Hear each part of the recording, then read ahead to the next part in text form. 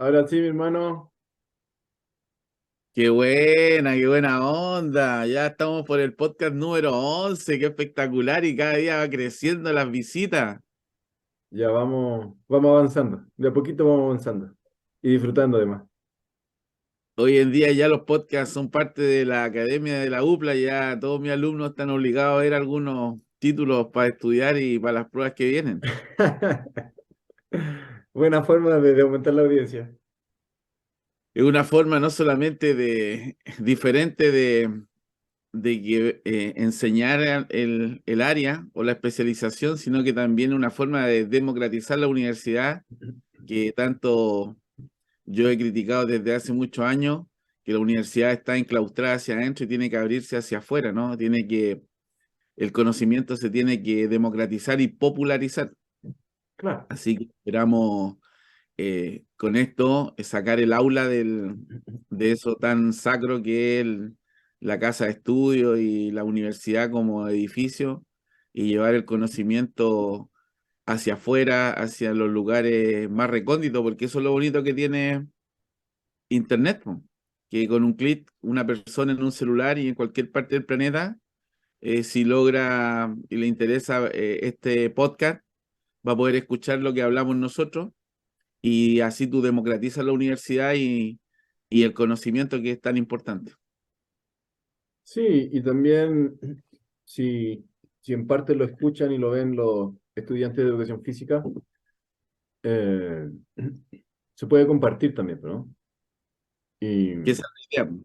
y escuchar su opinión igual en función de lo que van estudiando, lo que van escuchando desde nuestra opinión, desde nuestra experiencia, y lo que otros profesores también con más, tal vez incluso con más experiencia que nosotros, pudieran aportar en los diferentes temas que vamos conversando. A través del chat, a través de futuras entrevistas, a través de, digamos, conversaciones que se generen en función de esto, también puede ir por ahí el aporte, ¿no? Yo no sé si tú tuviste como, bueno, no vamos a dar nombre, la idea Ujú. es generalizar siempre porque, como te digo, esto sale al mundo Sí. y se puede prestar para otras cosas, ¿no? Pero en la universidad yo tuve un profesor que un día nos dijo que a él no le gustaba que le grabáramos en esos años, estamos hablando antes del 2000, que no le grabáramos sus clases en esos tiempos con la famosa grabadora, ¿no? Claro.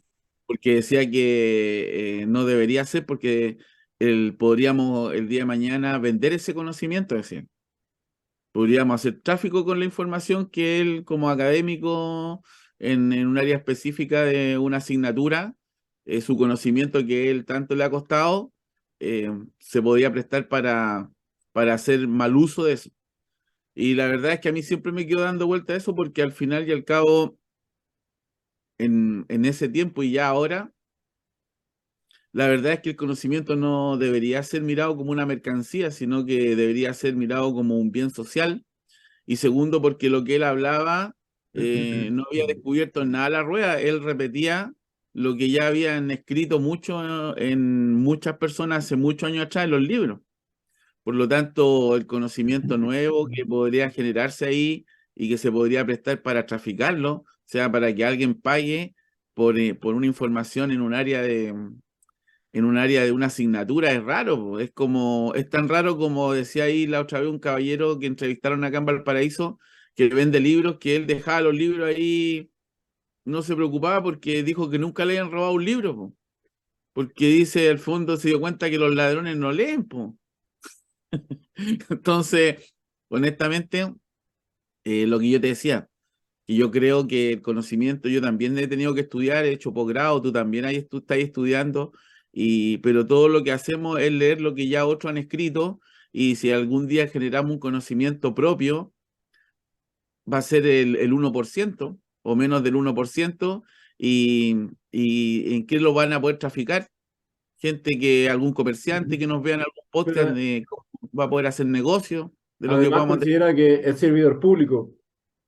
Por eso, exactamente. Por eso digo, hay un halo, una cantidad de cosas que hacía que la verdad es que ese argumento en esos años, cuando uno Ah, por es más supuesto. cabro, Sí. le queda dando vueltas, no tiene todavía esa capacidad cognitiva o esos argumentos que tenemos hoy en día que con el tiempo tú vas sumando, ¿no? En ese momento simplemente era como, no me parece en la explicación para no permitirnos grabar la clase, ¿no? Pero Claro. bueno, uno no lo hacía porque, por respeto al profesor.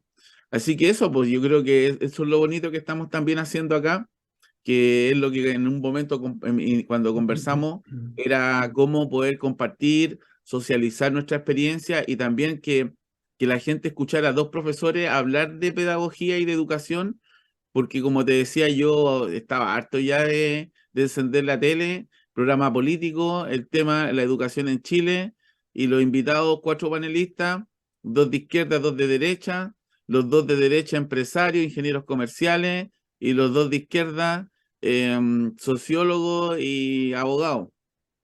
Y de ahí tú te preguntas, ¿y cuál era el título del debate del panel? La educación en Chile. Entonces tú decías, y bueno, ¿y el profe?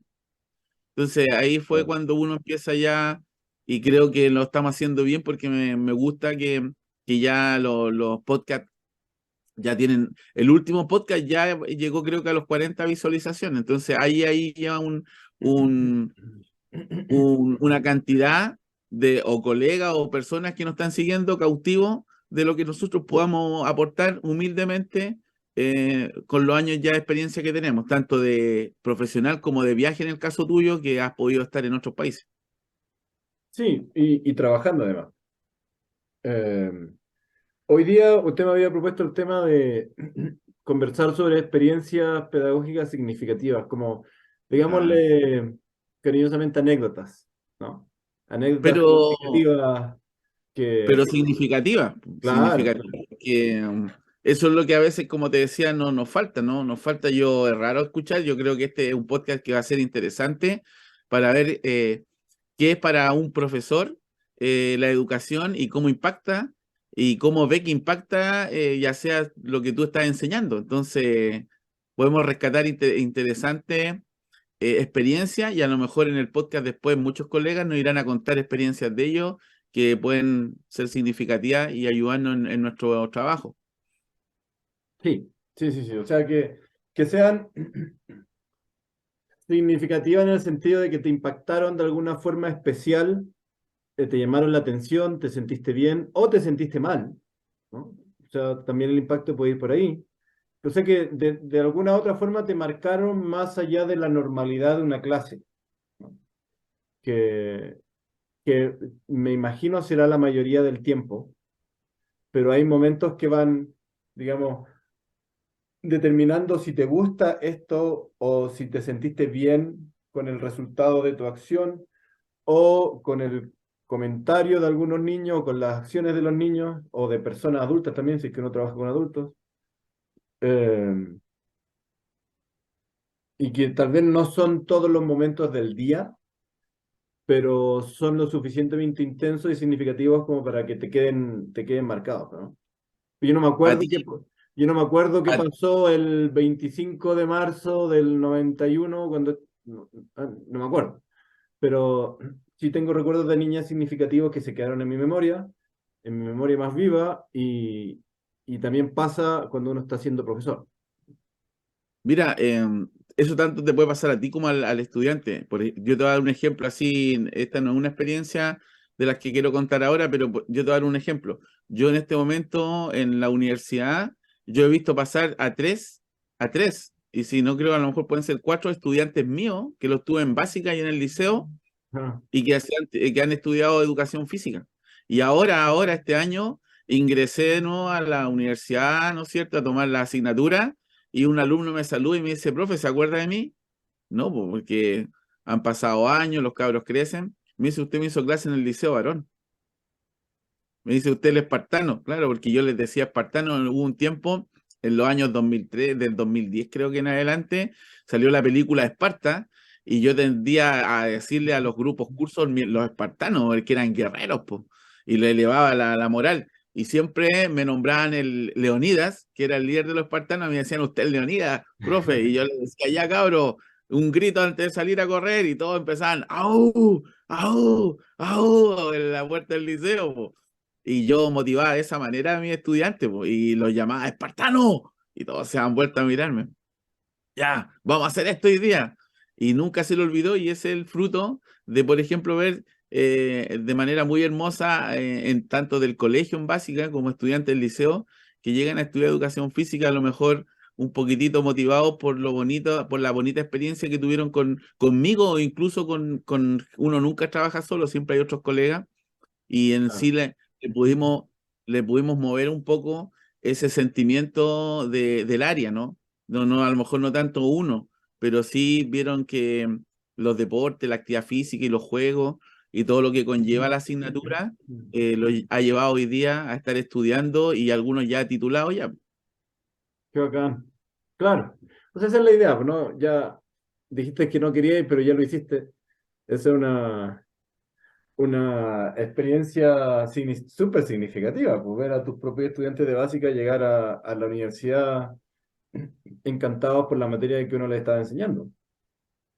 Y como te digo, y lo bonito también es que se acuerden de ti de buena manera, porque como te digo, si no hubiese sido un profesor relativamente agradable, un profesor que hubiese sido significativo, tampoco se acercarían a saludarte, te mirarían de lejos y dirían, ah, este fue el que me hizo clase en el liceo, y a lo mejor ni Claro. siquiera se acercarían a saludarte. Pero yo he tenido la suerte que se acuerdan de mí, me paran, me dicen, profe, ¿cómo está usted? Se acuerda de mí, y yo los miro, y verlos que estén estudiando educación física y que estén motivados. Y te paren y digan, profe, usted, yo estoy en primero, ¿cuándo me va a tocar con usted? No, yo le hago clase a los tercero y cuarto. Ah, ya, profe, estamos, ahí nos vamos a ver y están atentos, son experiencias bonitas. Pero como te digo, bueno, yo tengo alguna experiencia guardada ahí que, bueno, espero algún día también publicarla. Algunas las publiqué, pero todavía me quedan algunas por publicar y me gustaría compartirla hoy en día contigo y con todos los que nos vean y también escuchar las tuyas, porque yo imagino que tú también debes tener experiencias significativas como un profesor que ha viajado, que conoce el mundo, que ha vivido en Estados Unidos, en California y que ahora está en Ecuador y que se mueve por el mundo como se mueven los grandes artistas, con su visa, No, no, no, con su no pasaporte internacional, no tan así, no tan y así. un hombre bilingüe y que ha estado en la selva amazónica, así que yo creo que la experiencia que nos va a contar usted, colega, eh, Emilio, deben ser realmente interesantes y dignas de escuchar. Eh, no sé si dignas de escuchar, pero algunas son bien entretenidas y bonitas. Al menos son significativas para mí. Son, son varias. La Ya, mayoría... pues, dispare ¿Perdón? usted, Ya. dispare usted, empiece usted contando. Mira, voy a empezar por, por el inicio. Eh, Me acuerdo que cuando estábamos creo que fue segundo año, en el verano ya terminando el segundo año, si es que no me equivoco, por allá por el 2003, nos invitan a trabajar al Cajón del Maipo, en unos campamentos escolares, en Santiago de Chile. Lagunilla. Era un club andino de esa zona que estaba organizando campamentos escolares para colegios vulnerables en general de las comunas de Santiago. Y eran periodos de 10 días de trabajo para los monitores, ¿no? Te hablo como monitor. Entonces eran periodos de 10 días, ¿no? Llegaban niños 10 días, se iban, llegaban niños y así. Nosotros teníamos que trabajar 10, descansar 10, y de ahí si queríamos podíamos volver. Entonces nos íbamos rotando. Y el primer grupo estuvo muy chévere, era mi primera experiencia de trabajo, como monitor en el área de la educación física, de la recreación en ese caso, y fue súper linda y fuerte además, porque eran 10 días, me acuerdo, eh, que muchos de los niños llegaban con la expectativa de ir a otro sector, Melosa creo que se acuerdo, que tenía si es que no me equivoco, que tenía una cascada, y había agua y un lago y no sé qué, eh, y nosotros estábamos en Lagunilla, que era más seco que sudor de momia, no había sombra en casi ni un lado, entonces los niños pasaban los 3, 4 primeros días quejándose todo el día, que los engañaron, que no sé qué, que me estafaron, que yo quiero la laguna, ¿y dónde está la laguna? No había laguna. Y había un centro de Igeder y habían zonas de acampada alrededor. Tenías que caminar todo el día. Era relativamente lejos, ¿no? La regla era los niños pueden bañarse 2 veces en ese periodo de 10 días, y nosotros podíamos bañarnos si es que no había ningún problema mientras cuidábamos a los niños, que se bañaban. O sea, y creo que la primera vez me bañé ¿no? Una vez. Y era caminar todo el día, entonces, claro, y tampoco es que ayudaba mucho a los niños bañarse 2 veces en 10 días, ¿no? En términos del sudor y eso. Entonces, los primeros 3 días eran duros porque venían pensando que iban a otro lugar, pero después se empezaban a acostumbrar y era caminar todo el día, acostarnos. Me acuerdo que con el primer grupo, que eran niños de 9, no, de 11 a 13 años, más o menos. Eh, Medios prepubres, pubres ya. Y me acuerdo una vez estábamos acampando y yo me quedé afuera. O sea, no llevé carpa en ese rato, en ese lugar que nos tocaba. Y me quedé afuera y estábamos todos afuera, mirando las estrellas. Y era, no sé, 10, 9, 10 de la noche.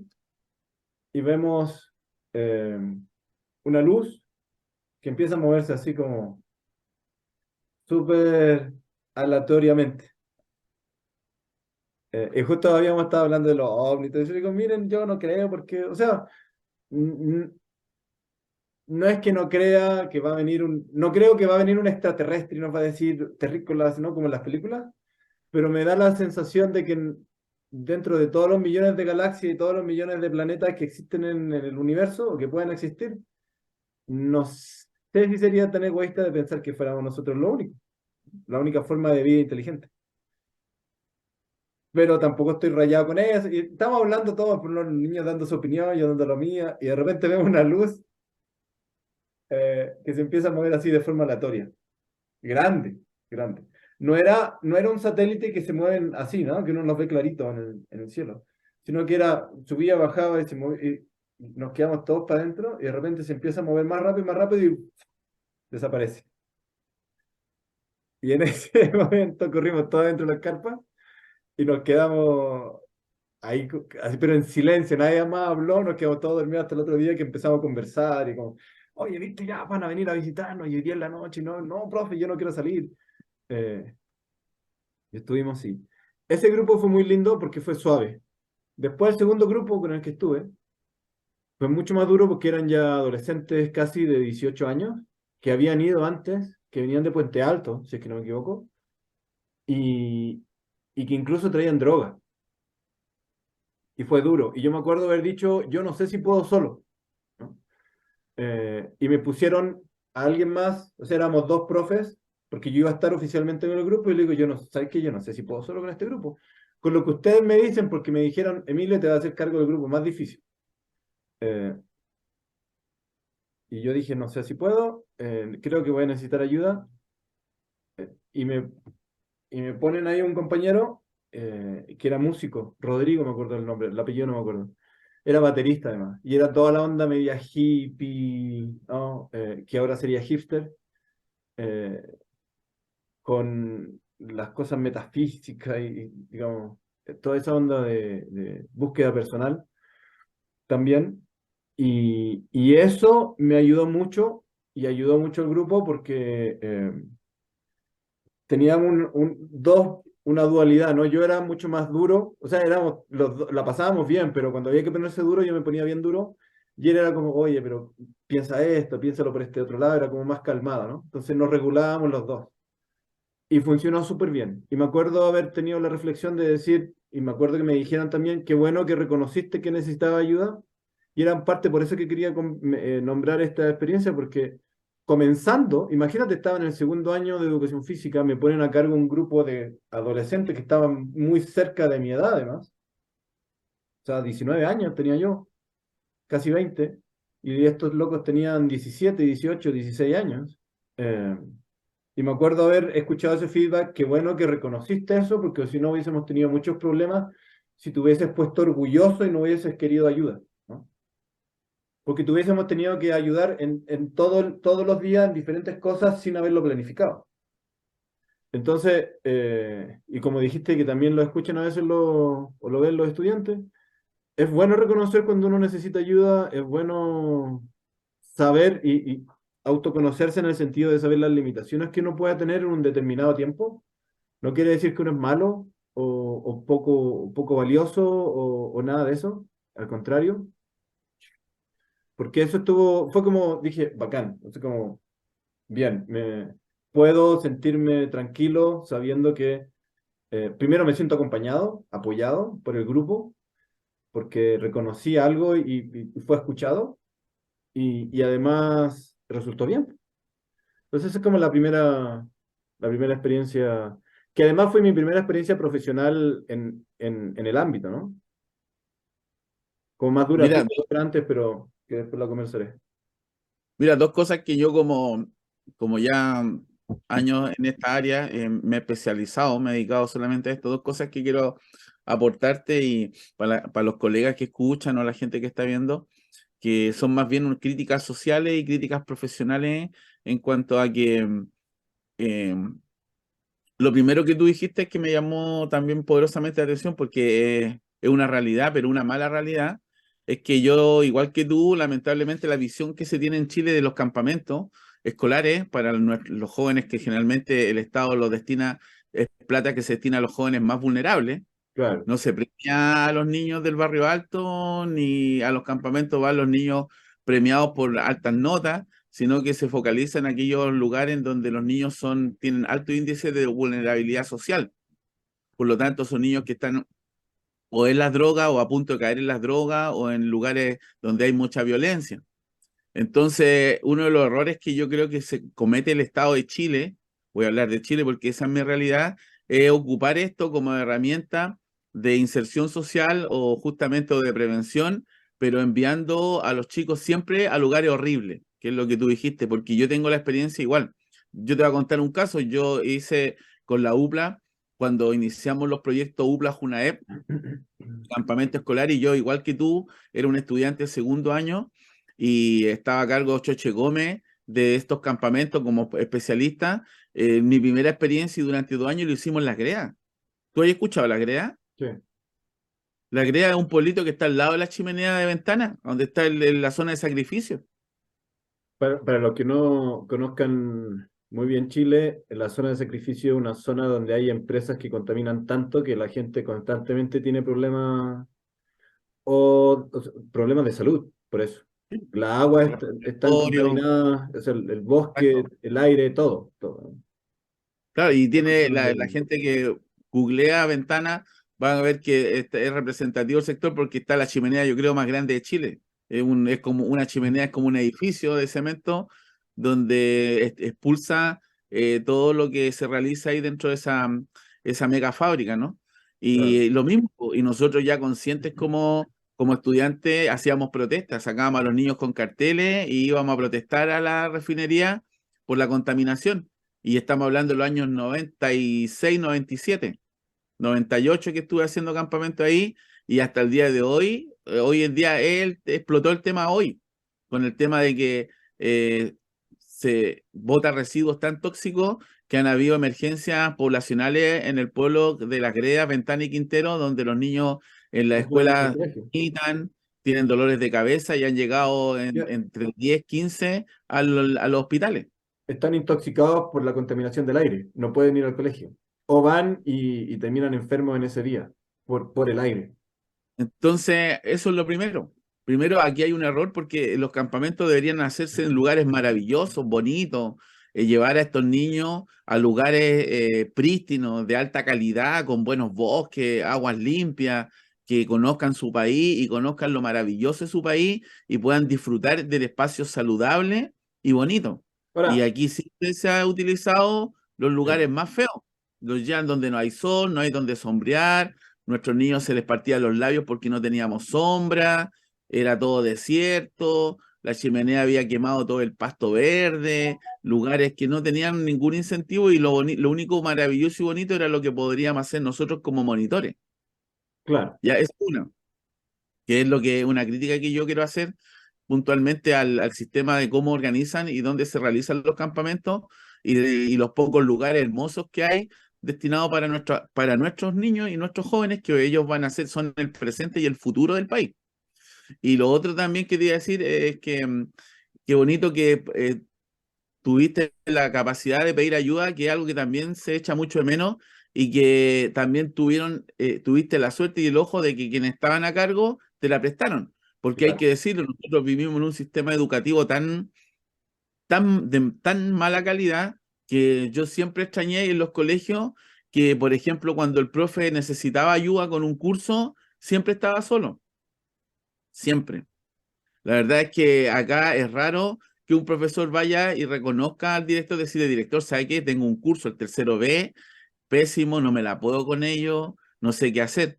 Y la respuesta de él es que no, porque usted es profesional, po, y no tengo más profesores, no hay nadie más, y usted tiene que ganarle al curso, y usted como profesor y profesional tiene que imponerse. Te dejan votado. claro.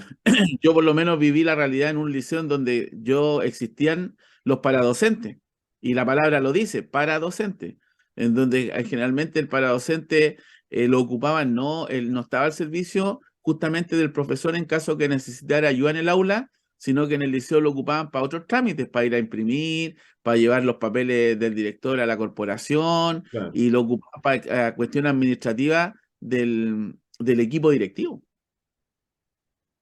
Así que ojo porque hemos estado harto perdidos en eso, y yo creo que ahí hay dos cosas, dos puntos importantes que tú tuviste suerte de que fueron capaces de decirte ya sí, te vamos a pasar a alguien, y te lo pasaron porque pudieron haberte dicho, no, po, si te estamos pagando y tenés que podértela y hazlo tú porque no hay más gente, po. Este Claro. otro muchacho lo vamos a destinar para acá porque no tenemos gente.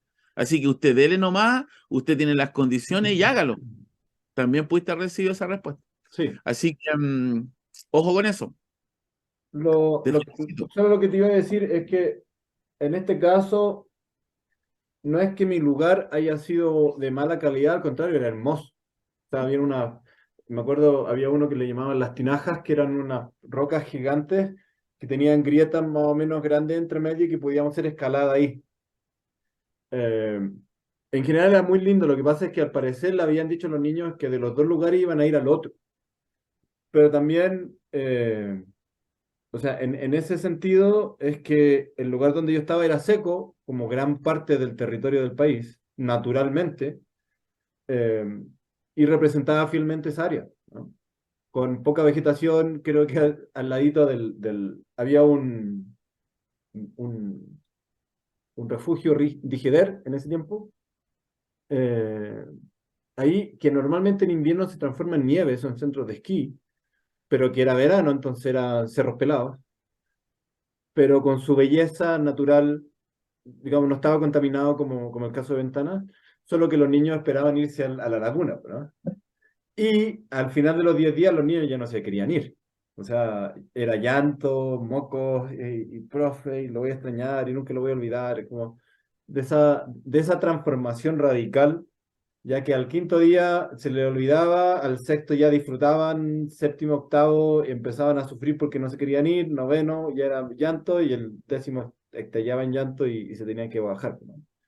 Pero esa parte fue bonita en el sentido de un poco como de salir de esa zona de confort, de no tener confort, de no tener comodidad en el sentido de la ciudad, ¿no? Que era tener calor todo el día y buscar la forma de disfrutarlo, y lo disfrutábamos todos, pero también con un paisaje que era así, ¿no? Que no estaba en el caso de Ventana. Bueno, me parece bien entonces, y espero que los niños hayan tenido un excelente ahí feedback contigo porque tú eres un profesor de muy buena calidad. Así que tiene que haber sido espectacular. Estuvo bonito para todos, la verdad. Oye, yo voy a contar una experiencia mía que es más bien del liceo, que a mí hasta el día de hoy, y yo creo que me va a acompañar toda la vida, ha sido importante, porque una experiencia que yo se las cuento en la universidad a los cabros, les digo, ¿ustedes quieren conocer una experiencia realmente de profe de educación física en el área, pero desde el punto de vista pedagógico? Y les comento siempre la historia de que yo siempre fui negado para el básquetbol. La verdad es que nunca jugué básquetbol y si jugaba me encantaba, pero no entendía las reglas. Cuando me decían caminaste, a mí me cobraban a cada rato caminar, porque nunca aprendí bien las reglas y no entendía, no asociaba en qué momento uno caminaba mientras boteaba. Y en la universidad lo mismo, pues zafé el básquetbol, me encanta el básquetbol, pero lo encuentro con demasiadas reglas, demasiadas reglas. Entonces, cuando fui profe, siempre le hice el quite al básquetbol. Tenía que enseñar básquetbol, enseñaba lo básico, pero por ejemplo, nunca me hice cargo de la selección de básquetbol, evitaba arbitrar en los campeonatos algún tema con el básquetbol. Toda esa área trataba de evitarla, ¿no? Y me acuerdo que el profe, mi colega, le gustaba el básquetbol del otro, así que hacíamos buena pareja ahí. Él se encargaba de la selección de básquetbol, le gustaba toda esa línea, así que ya te la llevas tú. Y un día este compadre va y compite en un campeonato como de 6 liceos en Valparaíso y llegan a disputar el tercer y cuarto lugar. Pues mira, pues ni siquiera el primero y el segundo, eran 6 equipos y el liceo llegó a disputar el tercer lugar. Y el compadre no puede ir a la final, po, no puede ir, perdón, a las semifinales po, con su... Y me dice, oye, René, ¿sabéis que el sábado tengo una actividad, un casamiento y no puedo ir con los cabros? ¿Podrías acompañarlos tú? Y ya, yo le dije, ¿qué topamos? Y total, tenía que ir nomás y hacerla como de DT, firmar, llevar las cosas y chao, ya el equipo está armado, todo lo demás. Y bueno, previo a eso... Yo siempre leseo con los jóvenes en el liceo y un día voy saliendo como a las 5, 4:30, 5 del liceo y siempre se queda un grupo justamente de básquetbol jugando en el patio. Se quedan una media hora antes de irse a su casa, pedían un baloncito y se quedan lanzando. Y yo voy yéndome, saliendo y veo que uno está listo para lanzar un triple y lanza y le pega en el anillo. Y yo lo molesto, le digo desde lejos, ah, ya, soy más o menos nomás, pero vi que el cabro igual tuvo la intención, que tuvo la técnica de, de casi encestar, po. Y me metí la mano al bolsillo y en esos años 300 pesos, 500 pesos era plata para comprarse un pancito con chanchito antes de irse y a los cabros todo eso les gustaba.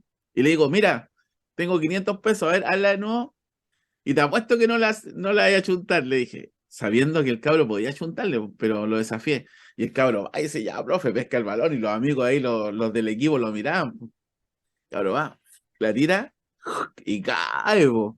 Y le dije, ya, buena, te ganaste 500 pesos. Y después busqué otras monedas y tenía 300 más. Le dije, ya, me quedan 300, a ver, hazla de nuevo. Lo volví a desafiar. Y el cabro, ya, ya, y los cabros, ya, ya, y la vuelven a encestar. Le digo, ya, buena, ya. Y me fui, pues. Quedó ahí en eso. El cabro se llevó como casi una luca, 800 pesos. Se la repartieron ahí entre ellos. Es como $1 acá, más o menos al Ah, cambio. más o menos. Bueno, la cuestión es que esa fue una talla que pasó previa a eso. Y al poco tiempo este profe me dice la semana siguiente que los cabros de básquetbol habían llegado a disputar la semifinal y que se los podía acompañar. Y justamente eran ellos mismos, po, que estaban los de la selección de básquetbol que estaban ahí ese día. Y bueno, yo los conocía como alumnos porque los tenía en clase, ¿no? Ya, buena onda, fui con los cabros.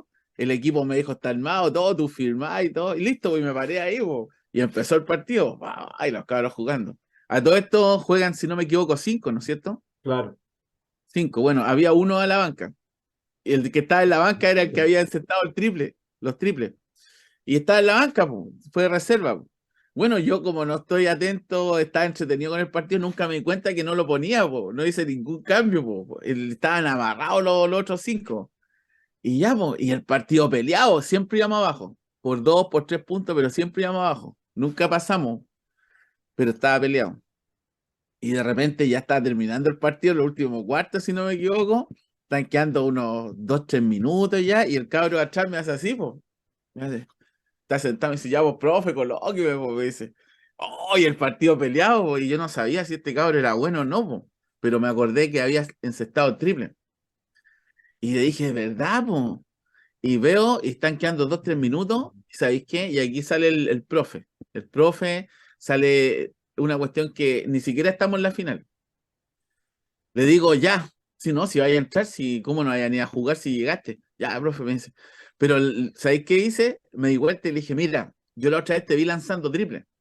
¿Te acordáis o no? Sí, no, sí, profe, ya. Yo te voy a poner y te voy a obligar. Te estoy exigiendo que si yo te coloco, tenés que inmediatamente entrar y lanzar un triple. Y le dije, pensando cuando yo jugaba fútbol, que yo jugué desde los 5 años y fui seleccionado y capitán en todos los equipos donde jugué y en las selecciones, le dije, pero lanza con fe. De aquí tenéis que meterte pensando en que vayan a aceptar ese triple, le dije, imagínatelo.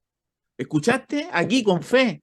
Párate, date tu tiempo y lanza y lo vas a hacer, le dije. Y lo convencí, le dije así, convéncete que lo vayas a hacer porque yo te vi la otra vez y soy bueno, tenés la técnica y te exijo. Y si tus compañeros te retan porque la tiraste lejos, yo te voy a defender porque yo te obligo a lanzar un triple. ¿Estamos? Estamos, me dice, ya. Empieza el partido, estamos dos abajo, uno abajo, siempre ahí encestando y hago el cambio, po. Y entra como al minuto y medio del final, po. Y ay, el cabro lanza. Y bueno, y fue lo que yo digo, una cosa también muy provisoria, el alineamiento de la estrella y todo.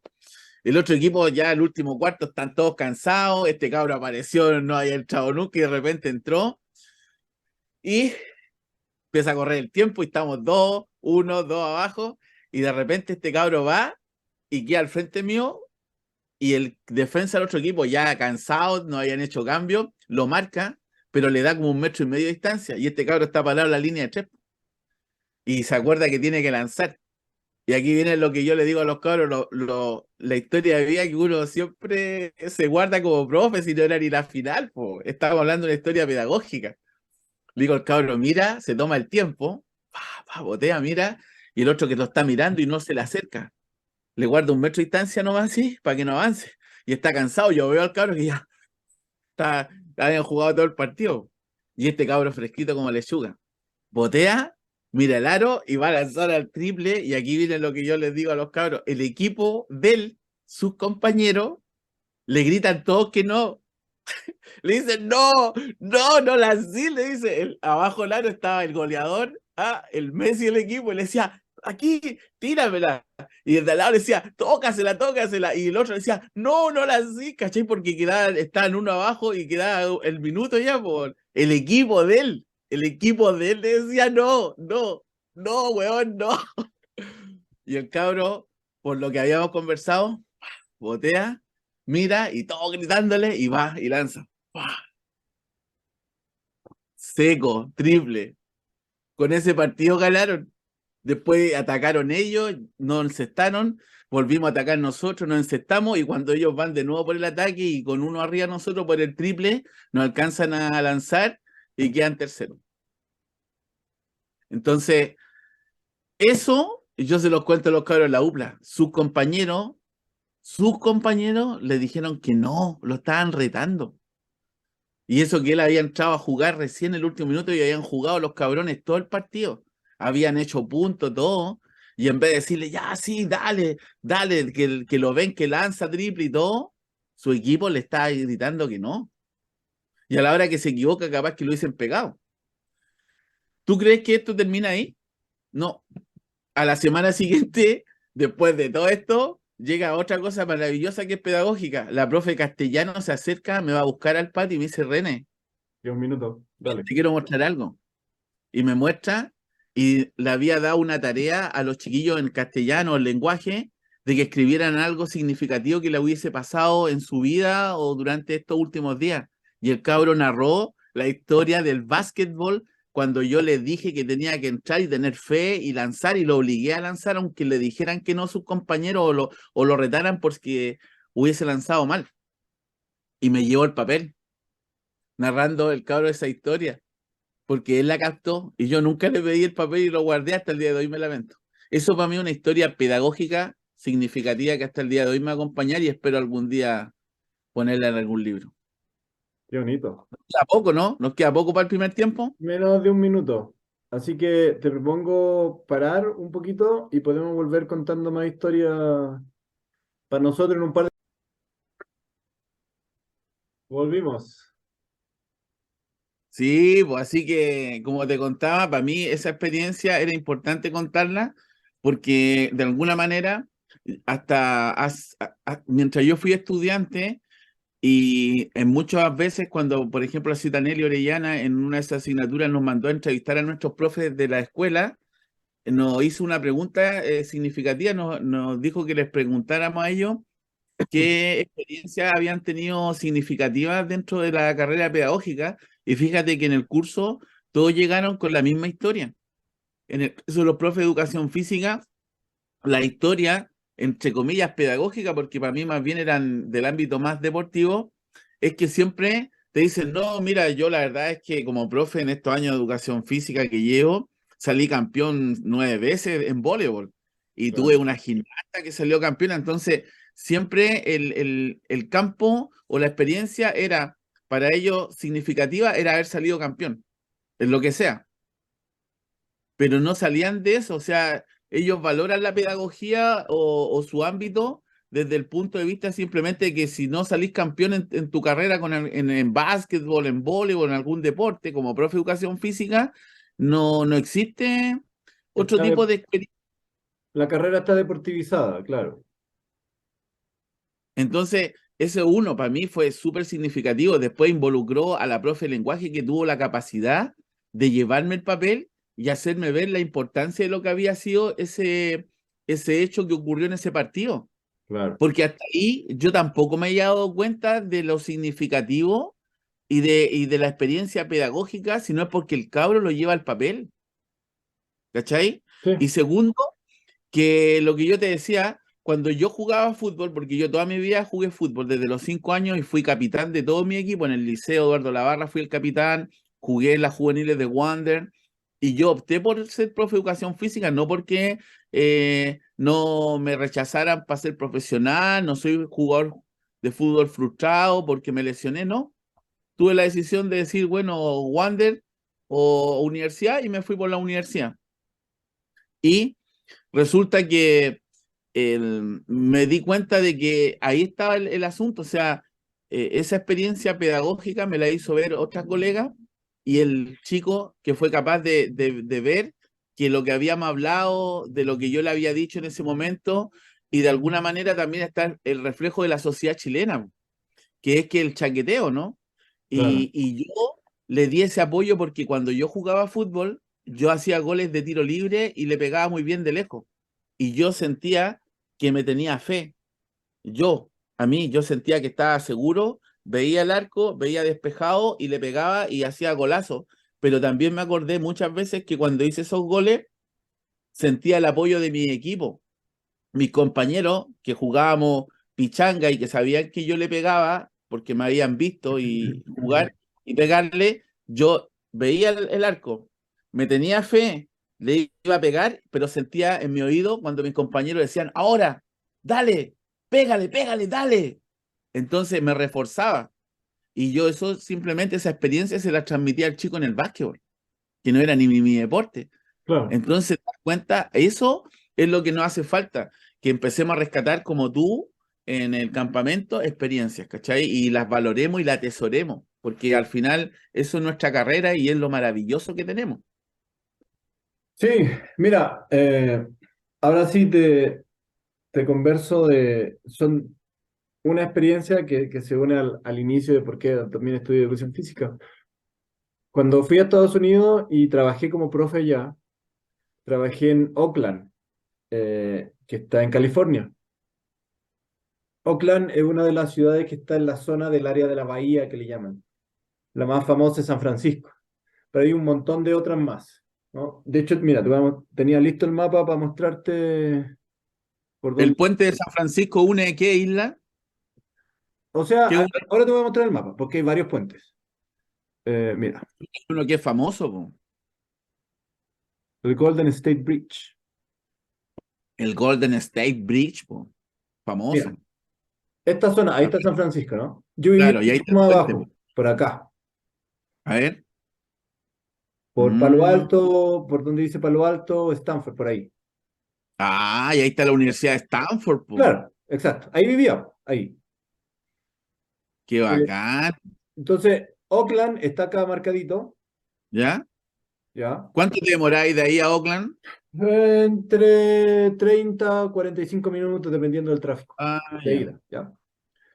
Ahora, todas estas ciudades, San Francisco, San Bruno, Hillsborough, San Mateo, San Carlos, Redwood City, East Palo Alto, Menlo Park, Woodside, Stanford, no, Stanford no, porque tenía otra condición, pero Palo Alto, Mountain View, y después todas estas de acá, Union City, Newark, Fremont, Hayward, todas esas son, digamos, como especies de comunas, que allá le llaman cities, pero en realidad son comunas, parecido a Son los... como Limache, Quilpué, Peña Blanca, una cosa Exacto, así. sí, exacto. Ya. Ahora, cada una de esas comunas, cada una de esas ciudades determina el salario que le pagan los profes, ¿ya? No es unificado.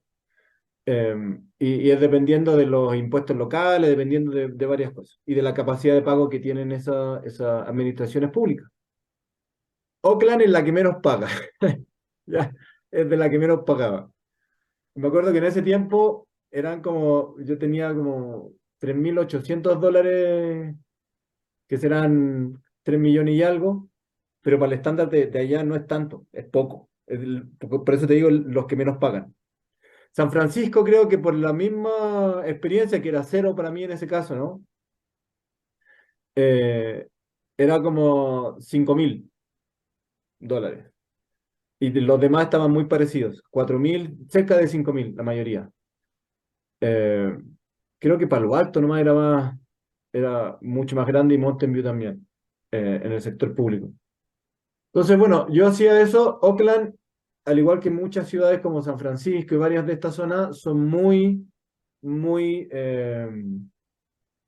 lo voy a parar ahora, muy cosmopolitas. Hay gente de todo el mundo. O sea, o sea, casi de forma literal de todo el mundo.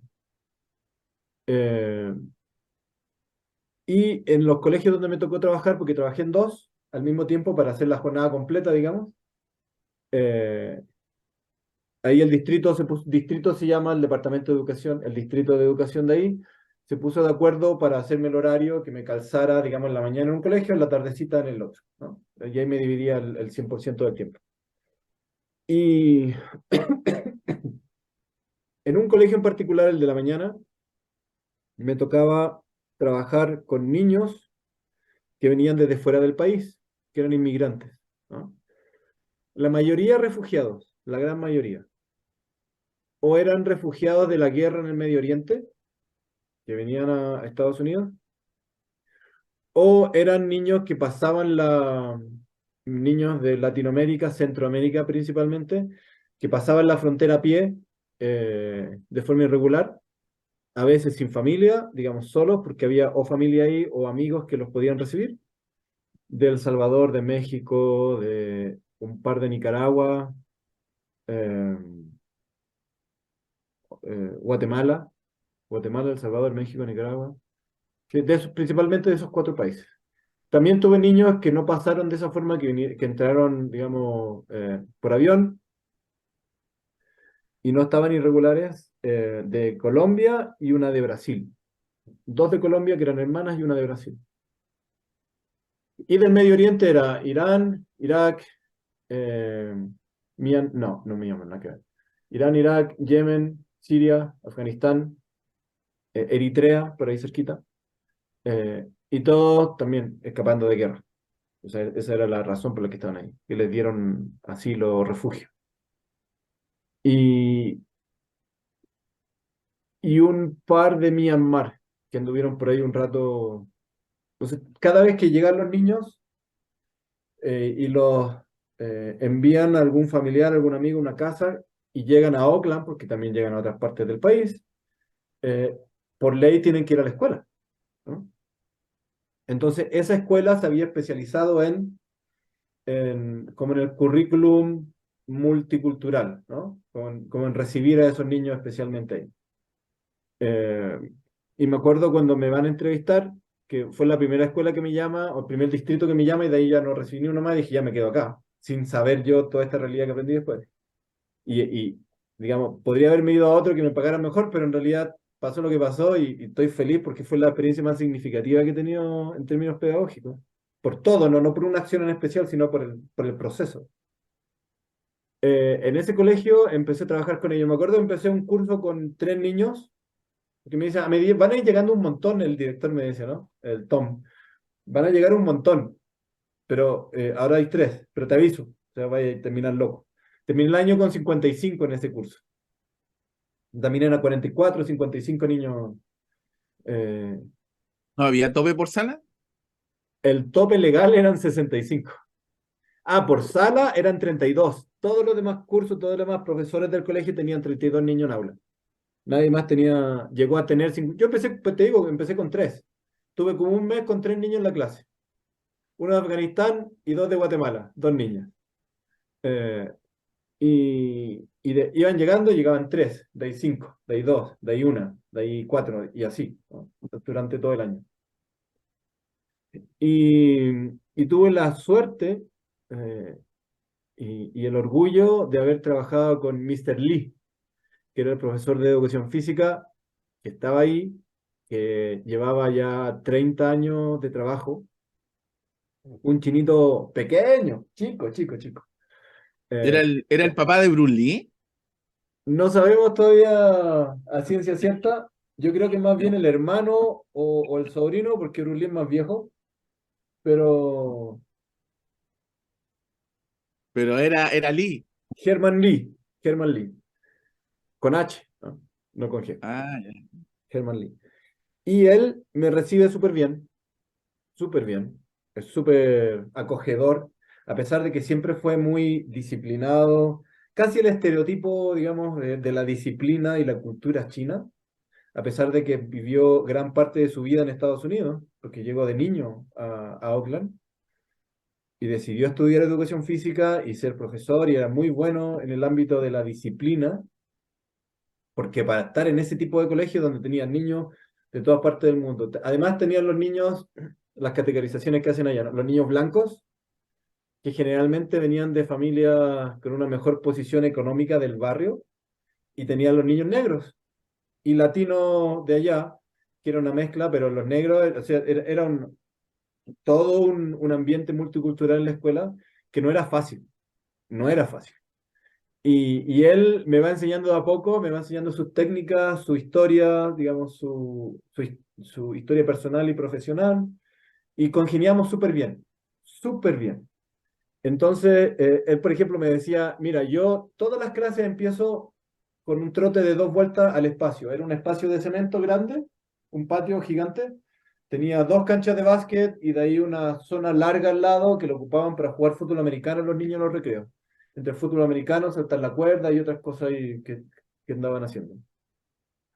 Entonces tienen que dar 2 vueltas y tengo un tiempo, ¿no? Y todos los días, porque tenían clases además, trabajábamos con sexto, séptimo, octavo. Eso eran los cursos del colegio, que allá le llaman middle school, como la escuela media. eh, sexto, séptimo, octavo. Y entonces me decía, acá tenemos educación física todos los días, 50 minutos todos los días, de lunes a viernes, todos los cursos, todos los niños. Y me dice entonces, yo lo hago tratar todos los días 2 vueltas. Cuando llega el periodo de prueba, les tomo una prueba con los tiempos de esas 2 vueltas que dieron. Y al final me tienen que decir su tiempo. Y si pasaron el umbral, tienen un 7. Y si lo bajaron, ahí dependiendo de la nota, ¿no? Entonces le digo, ya, bacán, voy a hacer eso, pero lo voy a adaptar. Voy a tomar una prueba inicial, voy a ver qué tiempo tienen, sin decirles que es una prueba, porque no era la prueba en ese momento, sino era como un diagnóstico. Le digo, quiero ver cómo están, y les grabo el tiempo y le digo, bueno, para que tengan una buena nota, siguiendo la recomendación de mi colega, yo primera vez trabajando en Estados Unidos también, pues, ¿no? Es súper nervioso y le digo, vamos a hacer un cambio, ustedes tienen que mantener o mejorar su tiempo para el momento de la prueba. Pero es su propio tiempo, su tiempo individual, no tienen que fijarse en el de al lado. O sea, si el más rápido corrió en 1 minuto 42, que eran los más rápidos, y usted corre en 4 minutos al principio, al final usted tiene que hacer 3:45, 3:50, ojalá menos, ¿no? Pero no se preocupe de hacer 1:42 porque no tiene sentido. Preocúpese de usted, ¿no? Es usted con usted. Y empezamos a hacer esas cosas y él lo entendió y dijo, ya, tú soy más joven, que sí, ¿no? Y después se le ocurre a él decirme, Rojas, hagamos un club como de atletismo, un jogging club, de trote. Eh, pero no con la idea de competir, no con la idea de sacarlo a competir como principal objetivo, sino me interesa que los niños inmigrantes se unan a este club, que era un día, 1 hora y media los miércoles, ¿no? Eh, Sino para que tengamos la posibilidad de sacarlos, porque cuando llegan acá, él ya conocía esa realidad, ¿no? Llegan acá los niños y nos salen de sus barrios que generalmente son muy pobres, y o se meten en la droga cuando ya están en el high school, o no salen nunca de la casa, porque los papás tienen mucho miedo porque están recién llegados, o las familias que están a cargo de ellos. Entonces, con eso podemos a lo mejor sacarlos los fines de semana. Me interesa que conozcan otros lugares del área, como que no se queden en el barrio, sino que vean la realidad, las diferentes realidades de las zonas pobres y las zonas muy ricas que hay, ¿no? De hecho, anduvimos por la casa de Robin Williams. En algún momento me dice, mira, acá vivía Robin Williams y creo que acá se mató, me dice entonces. eh, y él al principio me decía, ya, juntémonos el sábado, no sé, con el pretexto de un campeonato, de una maratón, de estos 5K y qué sé yo. Llevamos a los niños. ¿Cómo los llevamos? Haciendo los papeles, papá, listo, ya. ¿Cómo los llevamos? En nuestro carro. Yo digo, yo no tengo ningún problema en llevarlo en mi carro. Él tampoco, listo. Y un par de papás que nos ayudaban. Es súper complejo hacerte cargo de niños fuera del horario escolar porque te demandan por cualquier cosa ya, por cualquier cosa. Entonces él me decía, mira, tú estás nuevo, entonces si te echan no te va a afectar tanto. Y yo estoy a punto de jubilarme, entonces, y además tienen un sistema ya en el que por cada año te dan por sistema, al menos en Oakland, pero entiendo que también eran otras comunas, te dan 10 días de libre disposición. O sea, básicamente que puedes faltar 10 días. Si no lo usas, se te acumulan al siguiente año. Él llevaba 30 años, nunca había ocupado esos días. Me dice, creo que falté 3 veces en los 30 años que tengo de carrera. Entonces me dice, me pasa algo, me pido la licencia y ya no vuelvo nunca más. Pero hagámoslo porque le hace bien a los niños. O sea, con el riesgo de saber que es muy fácil que te demanden porque o dijiste algo o miraste de una forma, o sea, es clásico de las películas gringas, me miraste feo, te demando, ¿no? Una cosa así. Pero ya sin miedo lo empezamos a sacar con algunos papás y después no todos podían ir, entonces cabían en los dos carros y paseábamos. La idea era pasear, salir a un parque, hay mucha área natural por esa zona, con mucho bosque, parquecitos protegidos. eh, pero en el trayecto iban viendo casas, parábamos a comprar golosinas o dulces o fruta o cualquier cosa. Y conversábamos harto de la vida que tenían, de por qué están acá, qué sé yo, y era como ir guiándolos en ese proceso. Y la forma que tenía yo de trabajar, porque había niños que no sabían nada de inglés, que venían de Afganistán, de Irak, ¿no? O incluso en Guatemala, que había niños que no hablaban, que venían de Guatemala, que no hablaban español, que venían de una nación indígena y nunca aprendieron español porque vivieron en su lugar, no hablaban español. Es más, niños de Guatemala, de la misma nacionalidad, que hablaban diferentes dialectos y no se entendían. Eh, y como que ahí tuvieron que entenderse porque cacharon que se podían apoyar y como que desarrollaron una forma al principio. Y entonces lo que yo hacía era, si no me entendía nadie, gesticulaba y para ayudar le explicaba en español rapidito a los que me entendían en español. Ellos hacían la técnica, el juego, qué sé yo, y de ahí los demás se unían. Y de ahí íbamos viendo las reglas en el camino, que era bien, bien interesante. Pero con Mr. Lee, además de trabajar juntos en la clase, nos íbamos los fines de semana a sacar a los niños, que le ayudó un montón. Y me acuerdo en algún momento conversar con una niña que le decía, oiga, pero usted no corre, usted es floja, algo así, ¿no? No sea flojo. Y no me entendían los niños de Centroamérica, no me entendían cuando les decía flojo. Me decía, profe, ¿qué? No sea flojo. ¿Qué es flojo? Y es que no se conoce esa palabra. Y dice, no sé. A ver, me pongo a pensar sinónimo, ¿no? Perezoso. Ah, ya. Entonces la niña me dice, profe, lo que pasa es que como llegué hace poquito, estuve 2 meses retenida en una cárcel en la frontera y nos ponían el aire acondicionado, porque es desierto esa zona, ¿no? Nos ponían el aire acondicionado a todo volumen en la noche y yo he dormido con aire acondicionado y no puedo tenerlo tan frío, porque me he resfriado un par de veces, pero me decía lo ponían con todo el frío del mundo en la noche y apenas nos daban comida. O sea, comía una vez al día. La niña. Tortura, Ya, po. y Nos torturaban. aguantando de las lágrimas, sí, pero tratando de ser respetuoso para no revictimizar tampoco.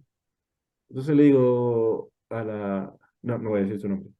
Le digo, disculpe, no, no sabía esa realidad. No, me dice, tranquilo, profe, yo sé, si usted es buena gente, me dice un par de cosas. Le digo, no sabía. Me dice, pero espérese un par de meses que me pueda alimentar bien y ya va a ver. Al mes la veo volar, volaba, en las carreras al principio, ¿no? En las test track. Le digo, oiga, ¿qué le pasó? Pues si le dije, profe, estoy comiendo bien. Puta madre, me partió el corazón esa vez. Y otra conversación que tuve con un niño que venía de Afganistán, me contaba que él vivía en el campo, él cuidaba ovejas, ¿no? Pero estaba en medio de la guerra, habían guerra. Y me dice una noche, profe, justo un poquito antes de venirnos, porque mi papá trabajaba con los soldados estadounidenses. Era traductor o algo así, ¿no? Y ya le habían dado la,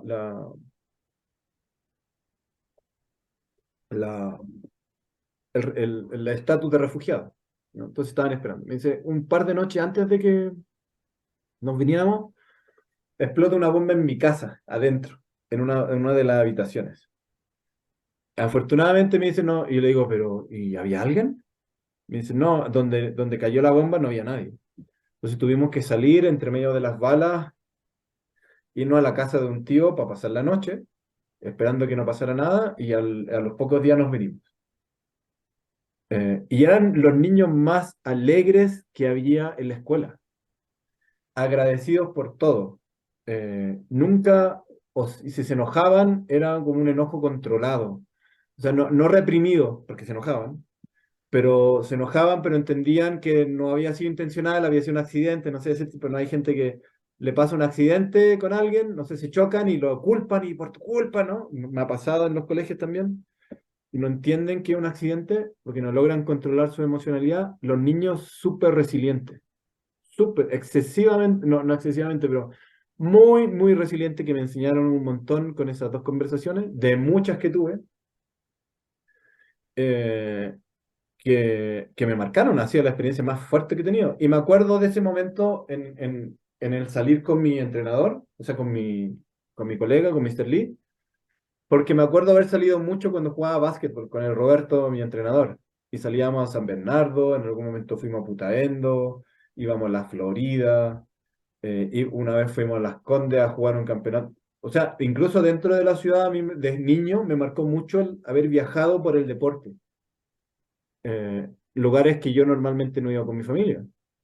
Pero además me marcó mucho el manejo humano que tuvo mi entrenador en esos viajes, de cuidarnos, pero tampoco tenernos tan apretados. O sea, él confiaba mucho en nosotros y veía estas posibilidades como posibilidades de salir del lugar donde estábamos. Entonces a mí me marcó mucho. Yo le contaba a mi colega, a Mr. Lee, porque él me decía, Rojas, en mis 30 años nunca he podido hacer esto con nadie, porque acá nadie confía en nadie. Y tú soy el primero con el que hago esto. Entonces, tú dices, joven, qué bueno, me alegra.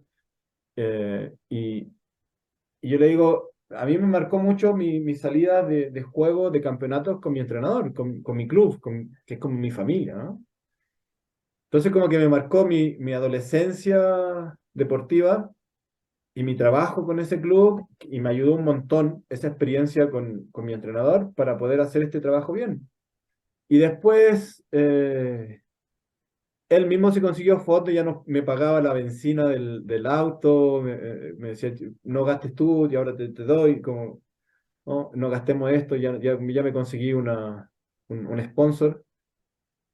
Y después pasaba algo chistoso porque los niños inmigrantes son súper respetuosos, súper, incluso hasta miedosos al principio.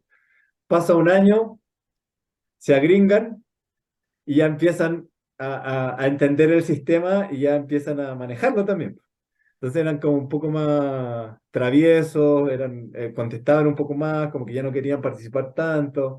Se les notaba el cambio, después de un año se les nota el cambio a los niños cuando llegan.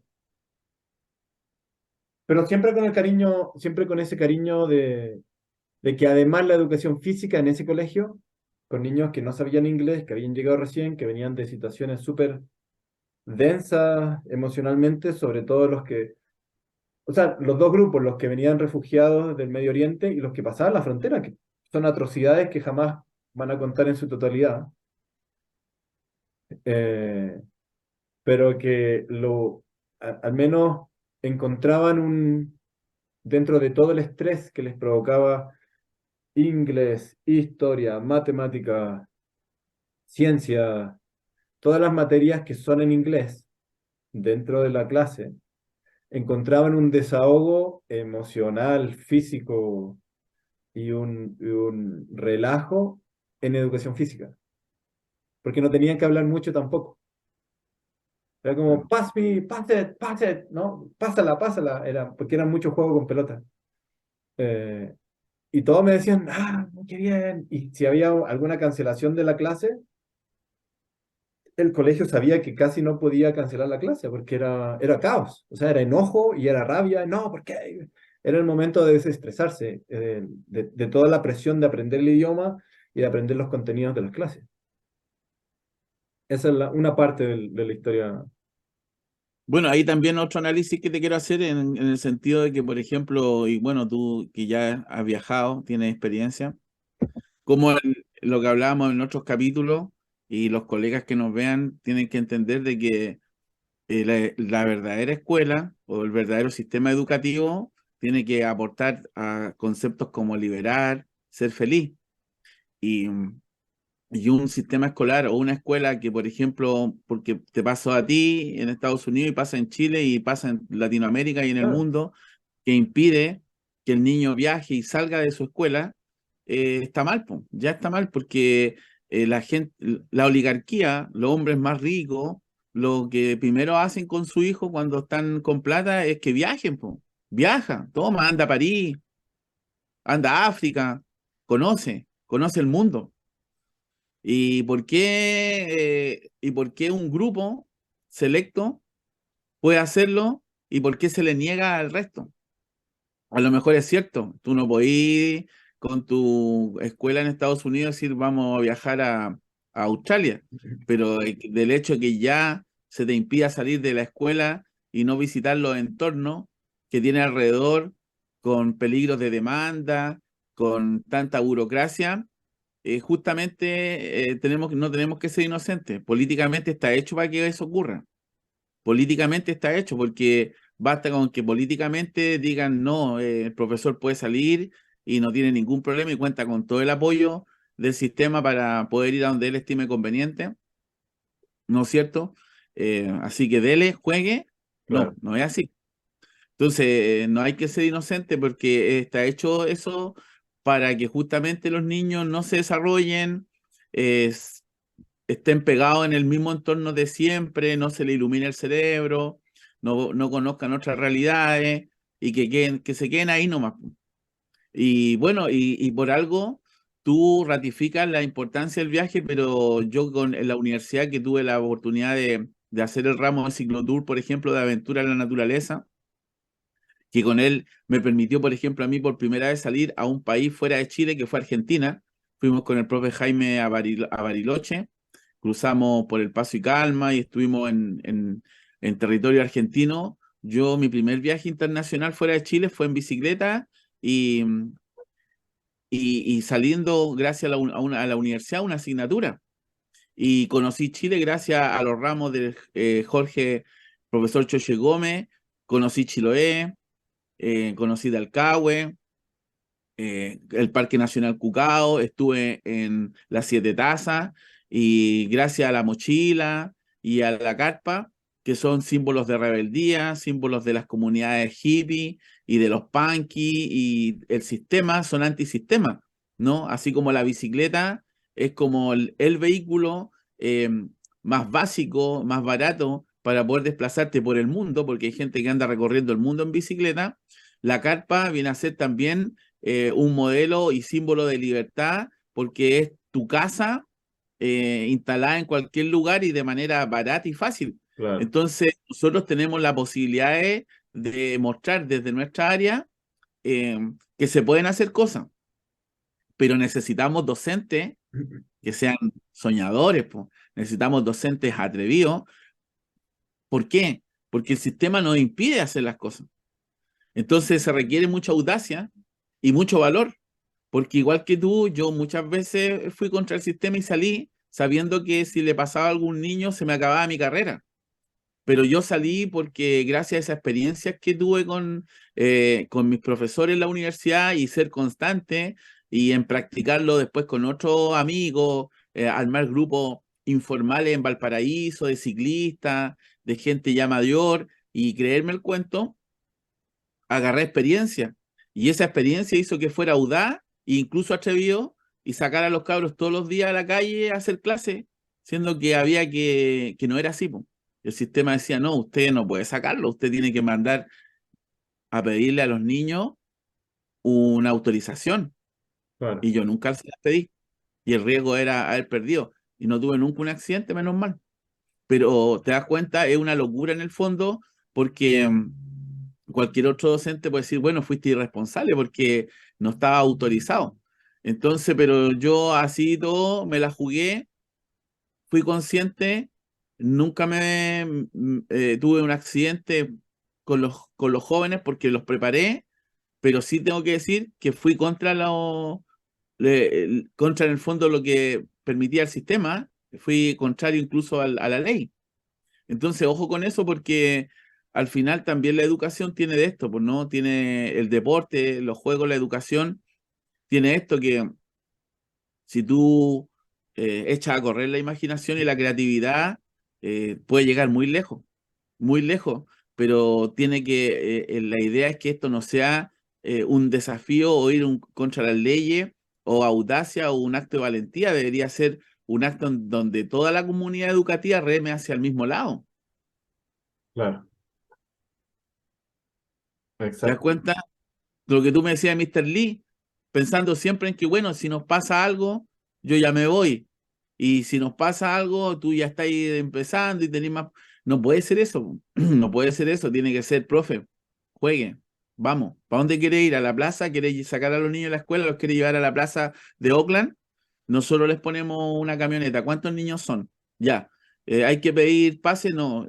Vamos a, nosotros encargamos a la secretaria, ella se va a encargar de hacer la solicitud. Hacer la solicitud. ¿Te das cuenta? No, po. Hágalo todo usted. Tenga cuidado, que no le vaya a pasar algo. Mire, otros profesores que han tratado de hacerlo, le pasó esto con los niños, entonces viene el miedo, vienen todas estas cosas que al final impiden que podamos aspirar a una sociedad mejor, pues si al final tú mismo estás dando datos que salieron en tu conversación que son tremendos, niños torturados, esa cosa de tenerlos encerrados con calefacción baja o No, alta, como sea, es tortura. Y el ser humano y tiene eso lamentablemente... probablemente, por lo que, disculpa, por lo que después me empecé a enterar por investigaciones desde las ciencias sociales, en función de la gente que cruza la frontera, eso es probablemente de lo más suave que les pasa, Claro, sobre todo, claro, pues sí, sobre todo a las mujeres. sí, pues si tú sabes que de ahí hay violación, abuso, extorsión. Por eso yo siempre, yo hoy día me levanté pensando en una cosa que trato siempre de mantenerla en mi mente porque son cosas que te van regulando la vida, pero yo siempre hoy día no sé por qué me levanté pensando en que lo leí hace tiempo, pero se me vino ahora a la mente, que el cielo y el infierno están aquí en la tierra. El cielo y el infierno están aquí en la tierra. Si tú quieres hacer que tu vida sea una mierda y irte a a la punta del cerro, lo podías hacer. Claro, Y aquí vayas a sufrir todas las penas. Y aquí te la van a cobrar. Porque si te ponís ladrón, sinvergüenza o asesino, los familiares del finado te van a andar buscando, te van a querer matar y no vaya a poder dormir. Y si querías extorsionar, también tenés que estar pensando de que la policía va a caer en ti, que si se muere alguien por la venta de droga, que así te tenía una conciencia que va a pagar y aquí la sufrí. Y aquí la sufrí. Y también lo maravilloso es que si ha sido una buena vida, también tiene su reflejo, po. hacer bien las cosas significa mantener un trabajo estable, a lo mejor un sueldo mejor, tener buenas amistades, amigos que sean sanos, que te inviten a Claro. salir a correr, ir a pescar, y también te voy a rodear de buenas situaciones. Entonces hoy día me levanté pensando en que el cielo y el infierno está aquí en la tierra, y lo malo lo pagáis aquí, po. Y si no, a la cárcel y a la cana, y en la cana sufriendo con los malos, las pellejerías que se viven adentro. Así que nosotros estamos como docente encargados, como función principal, lo que hemos hablado en muchos podcasts, po, fomentar hábitos de vida saludables y que los niños vuelen, pues vuelen en lo positivo, en que aspiren a ser grandes atletas, en que aspiren a vivir en una vida feliz, en el campo, en la montaña, vivir cerca del mar, ¿no es cierto? Así que ojo con eso porque nosotros tenemos que constantemente estar luchando y eso es lo que hacemos en este podcast, abrir un poquitito la mente, abrir la cancha, mostrar otras realidades y darle a entender de que esta es una profesión maravillosa a pesar de que nos paguen mal, a pesar de que estemos vapuleados, a pesar de que nos pongan N piedra en el camino, gente que no entiende el valor y la importancia de la educación, porque cada piedra que nos ponen en el camino no es solamente una piedra para nosotros, que ya somos adultos, profesionales, sino que también es un muro que le ponen a un niño o una niña que lo único que quiere y que viene a esta vida es a ser feliz, a querer crecer, a lo mejor la niña tener hijos, una familia, aspirar a ser feliz, a tener su hijo en un ambiente libre de droga, a dormir tranquilo en las noches, y nosotros desde la escuela y desde lo que podemos aportar en el área, hacemos lo mejor posible para hacer este mundo mucho mejor, ¿no? Así que por eso que es bonito lo que estamos haciendo y tenemos que tener fe en lo que hacemos y no bajar nunca los brazos, aunque nos estén tratando de aportillar y hacernos zancadilla. Totalmente de acuerdo, profesor. Oiga, nos quedan 2 minutos. Yo te diría que, bueno, vamos a parar acá, o sea, que paremos acá y que dejemos para el futuro un capítulo 2 de esto, porque de ley va a tener más experiencias, anécdotas, y yo igual, ya se me ocurrieron como cinco Y más. yo quedé corto con el libro nomás, había traído este libro de Pedagogía del Ocio, A ver, de Jean Trillat, que es uno de mis libros favoritos, y los de Joseph Puig Rovira y Jean Trillat. Este es un libro que yo se lo recomiendo a todos los que les gusta el área del ocio y tiempo libre. Se llama Pedagogía del Ocio, es una Biblia, es uno de los libros que yo trabajo día a día y constantemente. Así que se los recomiendo porque yo, bueno, lo fotocopié porque lógicamente no lo pude comprar, pero habla sobre el concepto de historia del ocio, la génesis de la pedagogía del ocio, aspectos teóricos de una pedagogía del ocio, el trabajo educativo en las situaciones de ocio, ámbitos de pedagogía del ocio, ámbitos de pedagogía del ocio no específico y bueno, específico, animación sociocultural, etcétera. Así que totalmente recomendable y yo un abrazo para ti, campeón. igual mi hermano, ahí vamos a estar comunicándonos por dentro. Yo iba a comentar una película haciendo un cambio en la rutina, pero ya mejor lo dejamos para la próxima porque queda Sí, menos po. de un minuto y en cualquier momento nos cortamos. Así que un Oye, abrazo pero para ti. Dígame. agradecer a la gente que nos vea, nos dé like y nos promueva. Y nos comenten también. Exacto. Un abrazo, hermano. Cuídese. Luca, Creo que allá al Peñé.